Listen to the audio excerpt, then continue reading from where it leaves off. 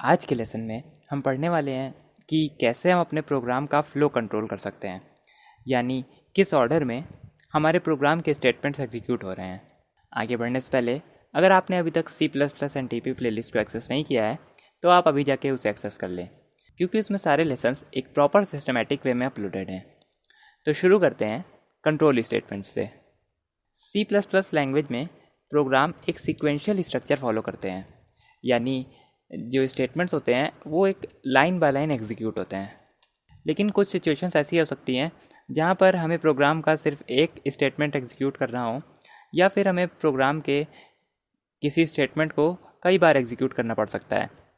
उसके लिए हम यूज़ करते हैं कंट्रोल स्टेटमेंट्स का। कंट्रोल स्टेटमेंट्स एक तरह से हमारे प्रोग्राम में जान डाल देते हैं, क्योंकि इनका यूज़ करके हम प्रोग्राम के फ़्लो की डायरेक्शन डिसाइड कर सकते हैं और हम ये पता कर सकते हैं कि हमारा प्रोग्राम में जो स्टेटमेंट्स हैं वो किस ऑर्डर में एग्जीक्यूट होंगे। C++ में इफ़ स्टेटमेंट्स और लूप्स कंट्रोल स्टेटमेंट्स का काम करते हैं। इनको भी हम आगे डिटेल में पढ़ेंगे, पर अभी हम अपने नेक्स्ट टॉपिक पे आ जाते हैं, जो कि है व्हाट इज़ ब्लॉक। ब्लॉक एक ग्रुप ऑफ स्टेटमेंट्स को कहते हैं जो कि कर्ली ब्रेसेस के अंदर लिखे होते हैं, और जहाँ जहाँ एक सिंगल स्टेटमेंट अलाउड है वहाँ वहाँ पर हम ब्लॉक को भी यूज़ कर सकते हैं। और एक ब्लॉक के अंदर जितने भी स्टेटमेंट्स होते हैं वो एक सीक्वेंशियल ऑर्डर में ही एग्जीक्यूट होते हैं। तो ब्लॉक में इतना ही था। अब हम बढ़ते हैं अपने नेक्स्ट टॉपिक के ऊपर, जो कि है if statements. If statements by directional condition control statements होते हैं, यानी एक कंडीशन के बेसिस पे इफ़ स्टेटमेंट फ्लो को दो डायरेक्शन में बांट देते हैं। अगर कंडीशन ट्रू होती है तो एक स्टेटमेंट एग्जीक्यूट होगा, और अगर फॉल्स होती है तो दूसरा स्टेटमेंट एग्जीक्यूट होगा। इफ़ को यूज़ करने के तीन तरीके होते हैं, इफ़ एल्स और नेस्टेड इफ एल्स। इस वाले में अगर कंडीशन ट्रू होती है तो इफ़ के अंदर का स्टेटमेंट एग्जीक्यूट होता है, और अगर कंडीशन फॉल्स होती है तो कंट्रोल इफ़ से बाहर ट्रांसफ़र हो जाता है। उसके बाद इफ़ एल्स है। इफ़ एल्स में कंडीशन ट्रू होती है तो इफ़ के अंदर का स्टेटमेंट एग्जीक्यूट होता है, और अगर कंडीशन फॉल्स होती है तो एल्स के अंदर का स्टेटमेंट एग्जीक्यूट होता है, और उसके बाद जो कंट्रोल होता है वो इफ़ से बाहर जाता है। इफ़ ब्लॉक या एल्स ब्लॉक के अंदर ही अगर एक और इफ़ एल्स यूज़ हुआ हो तो वो नेस्टेड इफ एल्स में आ जाता है। अब आते हैं अपने नेक्स्ट टॉपिक पे, जो कि है else if ladder. Else if ladder nested if else का ही ऑप्टिमाइज्ड फॉर्म है। अगर कई सारे नेस्टेड इफ एल्स स्टेटमेंट्स हैं तो कंट्रोल फ्लो को समझना काफ़ी कंफ्यूजिंग हो सकता है, लेकिन एल्स इफ लैडर में कंट्रोल फ्लो काफ़ी स्ट्रेट फॉरवर्ड रहता है। अगर पहली कंडीशन ट्रू हो जाती है तो बाकी के जितने भी एल्स इफ स्टेटमेंट्स हैं वो सब चेक नहीं होंगे।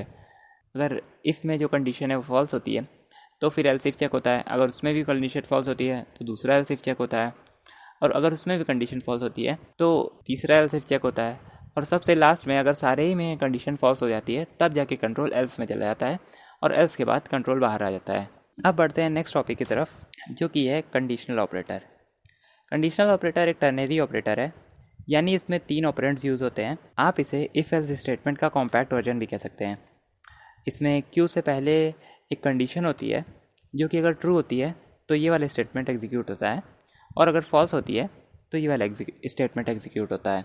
अब चलते हैं VS कोड पे और एक प्रोग्राम की मदद से इन्हें समझते हैं। लेकिन उससे पहले आज के लेसन की जितनी भी थ्योरी और इम्पॉर्टेंट पॉइंट्स हैं वो आपको हैंड रिटन नोट्स में मिल जाएंगे, जिससे आप कभी भी चैप्टर को रिवाइज कर सकते हैं। उसे डाउनलोड करने के लिए आप डिस्क्रिप्शन में दिए गए टेलीग्राम लिंक पर क्लिक करें और चैनल को ज्वाइन करके आप उसे डाउनलोड कर लें। हम आ गए हैं VS कोड में। अब हम एक एक करके if else, else if ladder और कंडीशनल ऑपरेटर को डिमॉन्स्ट्रेट करेंगे। तो सबसे पहले एक वेरिएबल बना लेते हैं इन टाइप का मार्क्स, फिर एक printing statement enter your marks, फिर एंडल, फिर सी इन मार्क्स। तो इससे जो हम यूज़र से कुछ भी डेटा एंटर करा सकते हैं जो कि हम मार्क्स वेरिएबल में स्टोर करेंगे। अब हम एक इफ़ स्टेटमेंट लगा देंगे, इफ़ और फिर इफ़ ब्रैकेट के अंदर कंडीशन कि अगर जो मार्क्स है वो 33 से ज़्यादा है तो हम स्क्रीन पे प्रिंट करा देंगे कि you have pass the exam, else see out you have failed. मतलब अगर मार्क्स जो है वो 33 से ज़्यादा है तो स्क्रीन प्रिंट हो जाएगा you have pass the exam, और मार्क्स 33 से कम है तो स्क्रीन पे प्रिंट हो जाएगा यू हैव फेल्ड। इसको रन करके देखते हैं। आउटपुट में आ रहा है एंटर योर मार्क्स। सो इसमें मैं इनपुट करता हूँ 35। सो ये देखिए क्या रहा है, you have pass the exam, मतलब बिल्कुल सही काम कर रहा है। एक बार और रन कर लेते हैं। सो एंटर योर मार्क्स, इस बार करते हैं 32। सो क्या रहा है, यू हैव फेल्ड। अब एल्स इफ डिमॉन्स्ट्रेट करने के लिए भी थोड़ा इसमें चेंज कर लेते हैं। सो इसमें चेंज कर देते हैं कि अगर जो मार्क्स है वो 90 से ग्रेटर है तो स्क्रीन पे प्रिंट करा देते हैं you have got A grade. और फिर एल्स इफ लगा के दूसरी कंडीशन कि अगर जो मार्क्स है वो 80 से ग्रेटर है, मतलब अगर 80 और 90 के बीच में है तो सी out you have got B grade. और इसी तरह दो और स्टेटमेंट लिख लेते हैं जिसमें मार्क्स जो है 80 और 70 के बीच में है तो you have got C grade. और अगर मार्क्स 33 से ज़्यादा है, 33 और 70 के बीच में है तो you have got D grade. और एल्स में आ जाएगा यू हैव फेल्ड। तो अब इसको एक बार रन कर लेते हैं। फिर से हमारे टर्मिनल पे आ गया एंटर योर मार्क्स। सो सबसे पहले मार्क्स डाल के देखते हैं 91, तो you have got an A grade, ठीक है। फिर एंटर योर मार्क्स, फिर अब की डाल के देखते हैं 82, तो you have got an B grade. तो ये रन कैसे करोगा? अब जैसे पहले वाली कंडीशन जो है वो फॉल्स हो जाएगी क्योंकि मार्क्स जो है 90 से कम है, तो दूसरा वाला एल्स इफ चेक करेगा। अब इसकी जो कंडीशन है वो तो ट्रू हो जाएगी, इसलिए ये वाला स्टेटमेंट रन हो जाएगा और कंट्रोल जो है वो इफ़ के बाहर आ जाएगा। अब एक बार और चेक कर लेते हैं। सो एंटर योर मार्क्स, तो आपकी 10, तो ये फेल्ड। तो ये बिल्कुल सही काम कर रहा है। सो आई होप आपको ये छोटा डिमॉन्स्ट्रेशन समझ में आ गया होगा। अब बढ़ते हैं हमारे नेक्स्ट टॉपिक पे जो कि है कंडीशनल ऑपरेटर। अब उसको भी थोड़ा एक बार डिमॉन्स्ट्रेट करके देख लेते हैं कि वो कैसे वर्क करता है। सो सबसे पहले एक वेरिएबल बना लेते हैं इन टाइप का नम, उसके बाद cout enter your number and L, फिर सी इन नम। सो इससे हम यूज़र से एक नंबर ले लेंगे। उसके बाद ये वाले स्टेटमेंट जिसमें पहले कंडीशन देंगे। सो अगर नम ग्रेटर दैन 0 है फिर हम लगाएंगे क्वेश्चन मार्क।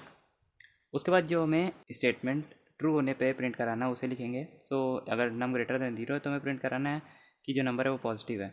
उसके बाद कोलन, और कोलन के बाद हमें वो स्टेटमेंट लिखना है जो कंडीशन के फॉल्स होने पे एग्जीक्यूट हो, तो सी आउट नेगेटिव। अब जब हम इसको रन करेंगे सो ये मुझसे मांग रहा है कि एंटर योर नंबर। सो सबसे पहले -56 डाल के देखते हैं, तो ये आउटपुट आ रहा है नेगेटिव, जो कि बिल्कुल ठीक है। एक बार और रन करके देखते हैं। सो एंटर योर नंबर, इसकी बार 12, तो आउटपुट आ रहा है पॉजिटिव, जो कि बिल्कुल ठीक है। सो आई होप आपको इफ़ एल्स और कंडीशनल ऑपरेटर समझ में आ गया होगा। इफ़ एल्स स्टेटमेंट को और अच्छे से समझने के लिए आप ये प्रैक्टिस प्रॉब्लम्स ट्राई कर सकते हैं। तो आप सबसे पहले तो इन्हें एक बार पढ़िएगा और इन्हें ट्राई कीजिएगा करने की। अगर आपसे नहीं होता तो भी कोई बात नहीं, क्योंकि जो भी आंसर्स हैं इन सब प्रॉब्लम्स के वो सब आपकी नोट्स में दिए हुए हैं। लेकिन सबसे पहले आप इन्हें ट्राई ज़रूर कीजिएगा, उसके बाद ही आप इनका जो आंसर है वो नोट्स में से देख लीजिएगा। अगर आपको वीडियो अच्छी लगी हो तो वीडियो को लाइक और चैनल को सब्सक्राइब ज़रूर कीजिएगा और बेल आइकन को ज़रूर दबाइएगा, क्योंकि ताकि आप कोई भी आने वाली अपडेट मिस ना करें। सो जल्दी मिलूँगा नेक्स्ट वीडियो में, तब तक के लिए बाय बाय।